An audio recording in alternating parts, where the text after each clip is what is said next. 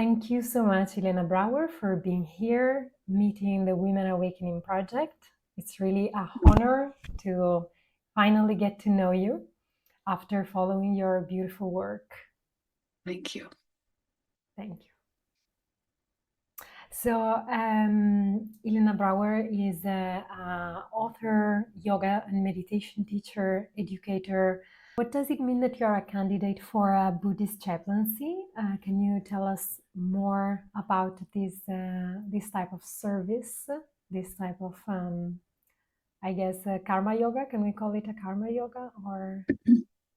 Yes, in that world, that's what that would be called, I guess, seva. So chaplains do many things. Chaplains hold space for lots of different realities. I was drawn to it when I started volunteering in hospice, being with the people who are dying in many different ways, from changing them to just sitting in the room while they're taking their last breaths, if they don't have anyone else there, if they don't have family there.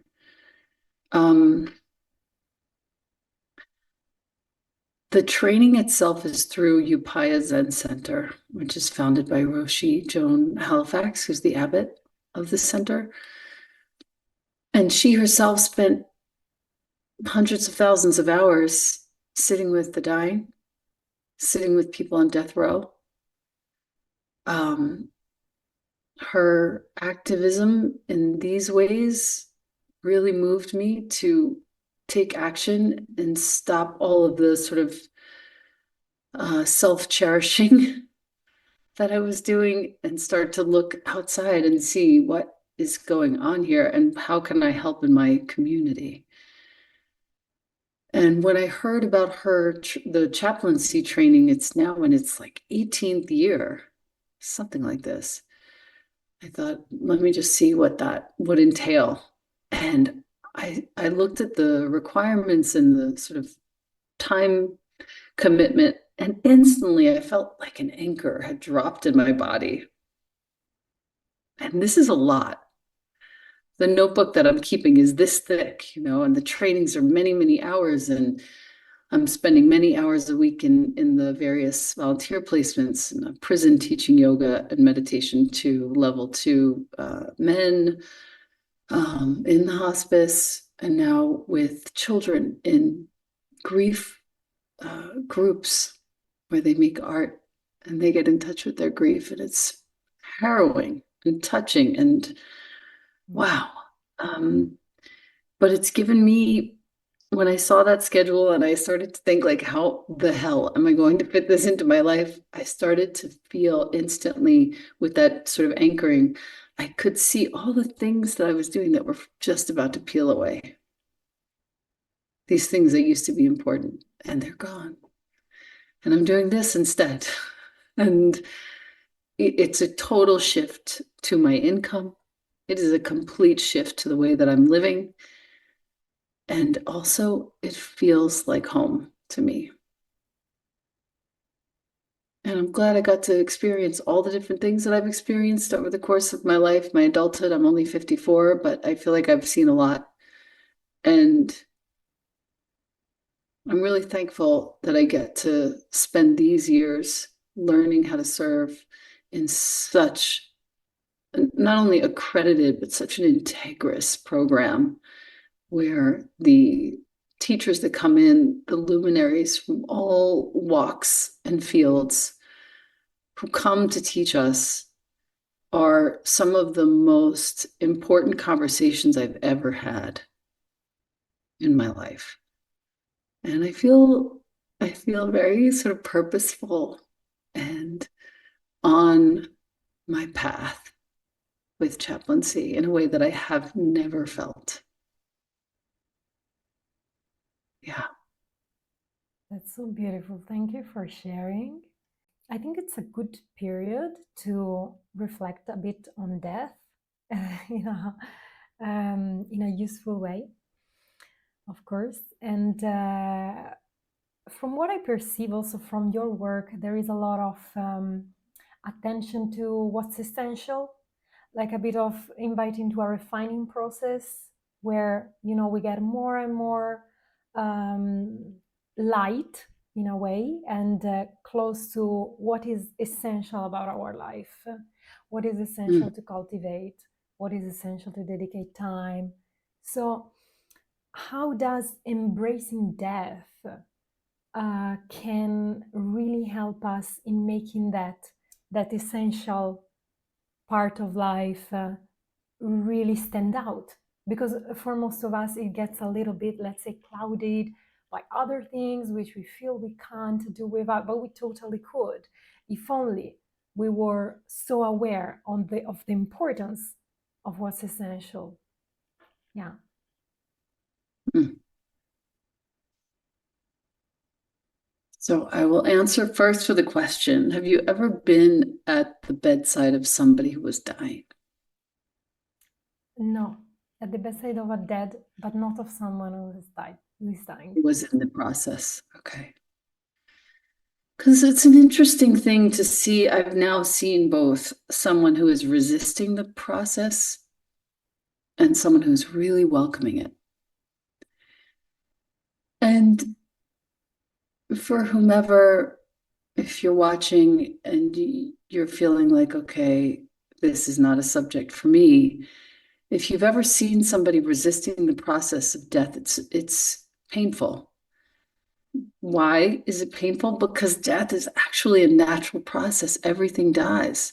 All that I love and everything that I care about is going to be separated from me at some point. Everything dies, everything. And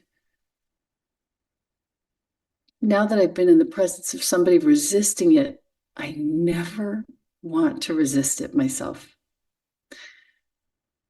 On the other hand, if you've ever been in the presence of somebody welcoming it, and they may even have done medical assistance where they're dying on their own terms, on their own timing. And now I've seen that twice. And wow, what a blessing to feel the person who's prepared for this explicitly finally let go in this moment. Oh, wow. That is for me where I am going. If I have the chance, if it's not some sort of sudden death, and I have the chance, the idea of allowing my body to be released peacefully and with love is my practice now. So that when I sit for zazen, I'm dying. I'm just letting my body disappear and becoming the practice.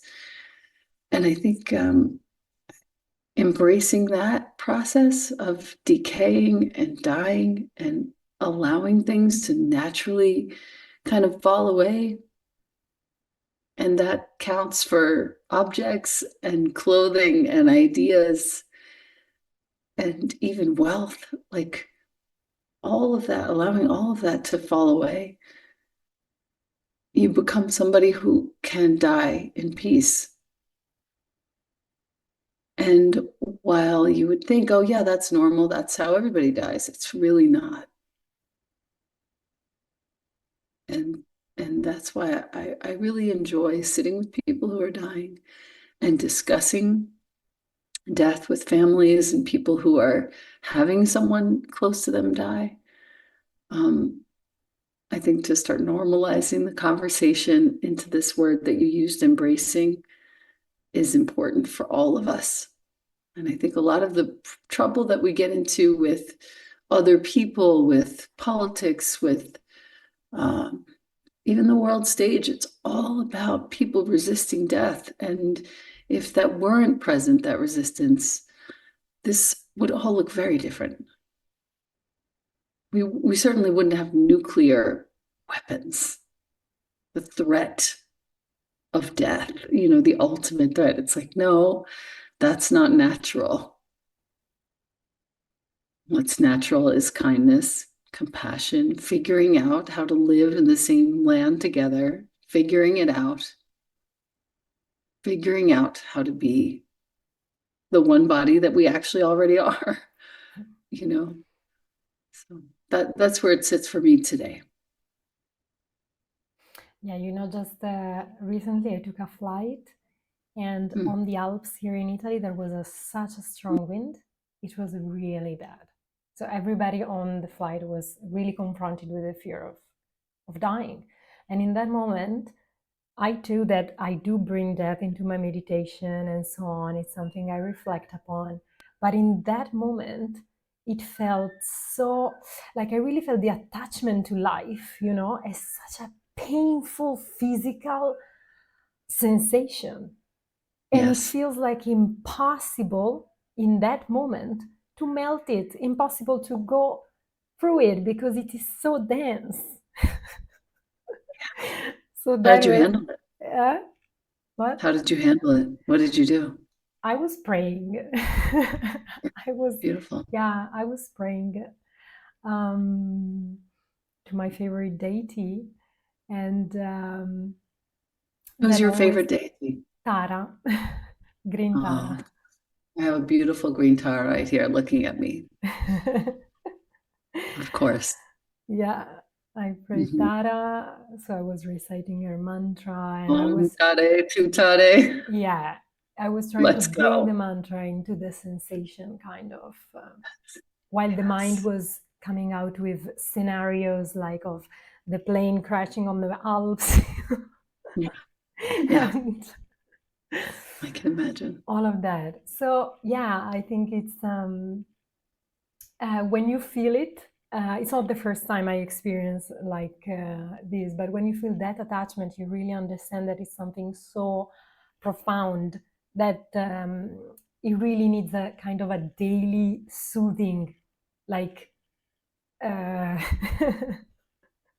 It's almost like it's different from soothing, I think, in that the more I bring it into my consciousness, the less fear I feel. Even with my kid, I have to consider that he could die any day. He does very dangerous moves on mountains on two sticks. Like I don't know. And I think about this every day. Okay, if today is the day, am I awake? If today is my day, am I awake? If today is James's day, my partner, am I awake? So yeah, what you're saying is exactly right. Good medicine for all humans. And it's very human to resist the idea of death because we're not, again, as kids, we're not taught that it's something that's a part of our lives. It's something over there. The elders are over there. They're not in our homes primarily. They're in somewhere else. So we don't see them. So we're constantly going for achievements and not acknowledging this natural human normal decay.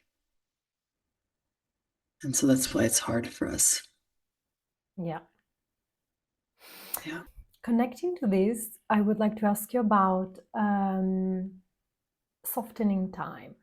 So you wrote Mm, this book of collected poems, Softening Time, and then I also read your Holding Nothing on Substack. So nice. how can we move towards holding nothing Mm, and the importance of softness, which is something also in the Women Awakening project. It's really standing out, from all the interviews I've been doing to different spiritual leaders and teachers. Really, the softness, the importance of doing this inner work with compassion, with care, with gentleness, and yes, with softness is something that for some of us, definitely for me, doesn't come so natural to be soft with myself, with my edges, and so on. well, that's also very human considering that we were raised to achieve. We weren't raised to be soft. And so much is tied up in this because we also, as women, particularly want certain capacities to be available to us. and opportunities to be available to us. And those opportunities and capacities have been tied to achievement. And I think the tide is just beginning to turn. I feel like this giant ship is just shifting and turning. And women the world over are starting to realize, especially those of us in highly civilized, the most ridiculous term ever, countries, first world countries, we were misled to think that we had to be as good, as full of achievements, accomplishments. And I've come to realize through my 40s and into now into my 50s especially, that softness is everything. Even when somebody confronts me or seems to cause pain in my life, I have to stay open and available to, like, what else is true here. Now, obviously, if it is abusive, if there's mental illness, if there's real injury, that's another conversation. But what I'm speaking about are these day-to-day slights and incidents, occurrences where we have a choice. We could go into that resistance and hardness, temper, anger, justice, and righteousness, really, rather than justice. Or we could go into, yeah, I see what's happening, and I would love to know what else is true here. And just kind of sitting with things in a softer way. That, to me, has had more of an impact on my practice and my teaching and my parenting than anything else. It's almost like I'm aligning with the void that we spoke about in death.